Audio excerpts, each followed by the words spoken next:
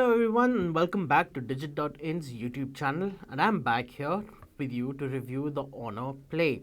So I shared the first impressions of this phone earlier in a few days ago rather, and since then we've published the review and now we're doing a video about what's great about this phone and where it falters so that you can make up your mind whether to spend 24,000 rupees or 20,000 rupees if you get the 4GB RAM variant on this phone. So we're going to start first with the build quality of this device.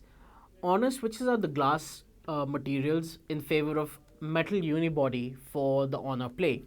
What that does is it makes this phone a lot more durable than its glass made counterparts. I've dropped this phone a few times and it survived the fall every single time. There's not a scratch on it, there's not a crack on it, and that's really impressive. Also, Honor bundles a case in the box, so that absolutely helps. The build quality of this phone is actually very sturdy. It feels good to hold. It's slightly on this, I would say it's a little smooth. It's a little too smooth on the back, so it tends to slip a little, but that's, I think, more of person to person thing. But once you have this phone in the case, it's not going to slip out of your hands at all. So in terms of its build quality, the Honor Play scores very well in our books. Now let's talk about the display. The Honor Play has a 6.3-inch 19.5:9 aspect ratio display. It's got a full HD plus screen which has a resolution of about 2340 by 1080p and therefore a rough PPI of about 409. It's an adequately sharp display. The colors are actually very nice. It pops out. Everything pops out of the screen. In fact, and if you don't like the vivid colors, you can always tone them down to a more natural setting. You're going into the display settings. Watching movies on this phone is also pretty damn amazing actually, because of the edge to edge display, everything just fills up, and if you do use the hide notch feature which is available in this phone, content cuts off just below the notch. If you're watching a standard 16:9 movie, then you'll get banding on the sides. It's called letterboxing, that happens. Or if you have video files on the phone and you use something like, let's say, MX Player or VLC, it'll give you multiple options of how you want to fit the video in your screen. You can stretch, you can crop, or you can play it at its 100% original ratio. So either way, the videos that you will be watching on this phone will look amazing. You're not going to have any complaints whatsoever. However, there is one area where the display falters, and that's in its reflectance. So I used this phone for about 10 days, 10 to 15 days actually, and what I noticed was that every time I was outdoors, or rather under bright light, everything was beautifully visible. There's nothing wrong with that. The brightness of the screen is very high, so it makes everything visible, but the problem was the reflections.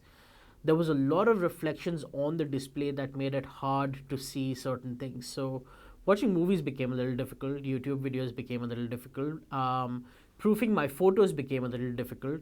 However, when it came to sending text messages, reading emails, things like that, that was pretty fine.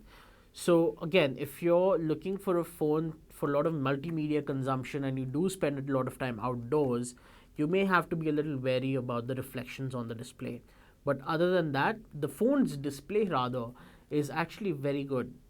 Now let's talk about the performance, which is probably something that you guys are all excited about. This is the first Honor phone in India to come with GPU turbo right out of the box. So, but the problem is that it's GPU turbo is not a feature. It's not something that you can turn on and off. It's a base level reorganization of the how the GPU is basically processing instructions. So what that ends up doing is there's really no objective way of seeing what the performance is like before and after, since there is no switch.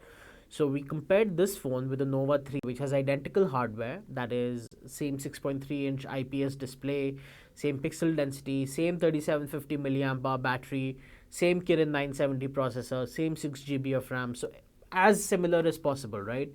And we played PUBG for about 10 minutes on both the phones. And while the frame rates were more stable on the Honor Play at 30 FPS, variance was very low. So, but the Nova 3 had a little more variance, right? What was really interesting was that the battery drain on the Play was lower than that on the Nova 3. So we have the exact details in our review if you guys want to check that out. Also, what's interesting is that for the 24,000 rupee mark, right? So the 6 GB RAM variant sells for 23,999. There's also the Nokia 7 Plus in the same range. And this phone blows the Nokia out of the water. Simply put, the benchmark scores are through the roof. The performance is really, really good. There's actually zero reason for you to be worried about the performance of this phone. GPU turbo or not, whether it's working like it's supposed to or not, whatever said and done, gaming in this phone has been a lot of fun. Multitasking is like as if it's basically like using a premium flagship phone essentially. So no complaints there at all. Now I want to talk to you about the camera of the Honor Play. Everything so far has been very impressive about this phone, but the camera was definitely a letdown. It's got a 16 plus 2 megapixel setup on the back, a 16 megapixel sensor on the front. The primary camera on the back, which is a 16 megapixel camera, has an aperture of f2.2, and the secondary has an f2.4 aperture. What that ends up doing is that it restricts the amount of light coming in automatically. So for low light, or rather when you're in difficult lighting situations, the camera will see lower light than most phones out there. So that's one. Second is, while shooting with the AI mode turned on, typically everything that I shot ended up becoming oversaturated. The reds looked too red. It hurt the eyes. And same thing with green. It ended up becoming oversaturated again. Orange became oversaturated. So turning that off resulted in better looking images overall, which is turning off AI. Also, sometimes the AI feature can be a little annoying because while trying to, for example, shoot a photo of my dog, it did detect that it was a dog in the frame, but it turned on the portrait mode, which is what I did not want. So it's better to just kind of exercise judgment and not leave everything up to the AI. Daytime photos are pretty awesome. The details are pretty nice. The colors are good, of course, if you have the AI turned off. But low light photos leave a lot to be desired. They're just lacking in detail. The dynamic range is completely on the lower side. I don't want to say anything bad about it, but the dynamic range is very, very low. And just because there is no optical image stabilization on this, so sometimes there's also blur. There's no noise, but then because of the noise reduction, there's also very little detail left. So the camera is a little bit of a disappointment on the Honor Play.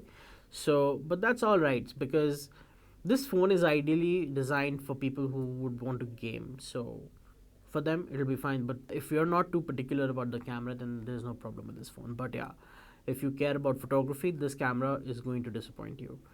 Now, that said, let's talk last about the battery life of this phone. This has a 3750 milliamp hour battery. Easily lasted me a day and a half. Easy. Started my day at 8 in the morning all the way to night, and then had to plug it in about noon the next day. So there's no complaints about the battery life whatsoever. On PC Mark 8 rather, the battery test, this phone gets about 10 hours of runtime. So if you're going to be judicious about your usage, a day and a half to 2 days is going to be a piece of cake. So yeah, that's all there is to basically know about the Honor Play. Great for gaming, great looking phone, very well built phone, a good display if you want to consume movies and multimedia. Where it does lack is its camera capabilities, but that's all right. Every phone's allowed to have a flaw.